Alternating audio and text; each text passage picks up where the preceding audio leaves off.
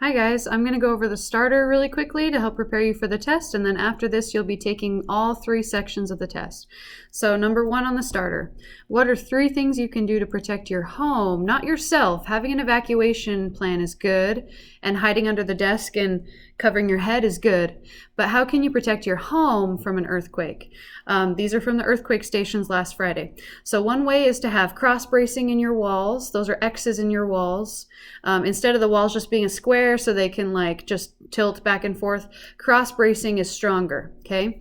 Another thing is to attach things to walls. Heavy things like water heaters, TVs, shelves, wardrobes, those things should all be attached to walls, okay? And then another way would be to reinforce your foundation with steel, because steel is flexible and it can move in an earthquake instead of just cracking and breaking, okay? And you can go back and rewind the video if you need to hear those things again. Number 2, what are 3 ways to protect your home from a landslide? One way is to build a retaining wall, which holds back the slope. Another way is to install drains in the slope to drain away extra water. And another way is to plant plants on the slope so the roots of plants will hold the slope in place.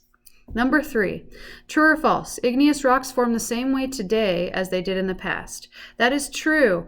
All things that relate to how the Earth's processes work, like rocks forming, volcanoes erupting, tectonic plates shifting, all of those things happen the same way in the past, present, and future. That's called uniformitarianism. You don't need to know the word uniformitarianism, but you do need to know that things happen the same way in the past, present, and future when we're talking about Earth processes. Number 4, more dense things sink or float. More dense things sink, less dense things float. That's why the most dense layer of the Earth is the inner core, sunk to the middle, and the least dense layer is the crust or the atmosphere floating on the outside, okay? So more dense things sink, less dense things float. If something has a density of 5 and another thing has a density of 2, the thing with a density of 5 is going to sink below the thing with a density of 2, okay? So those are some things to help prepare you for the test. I looked at the test when I wrote this starter, so make sure you understand all of those things. And then you can go ahead and get started on the test.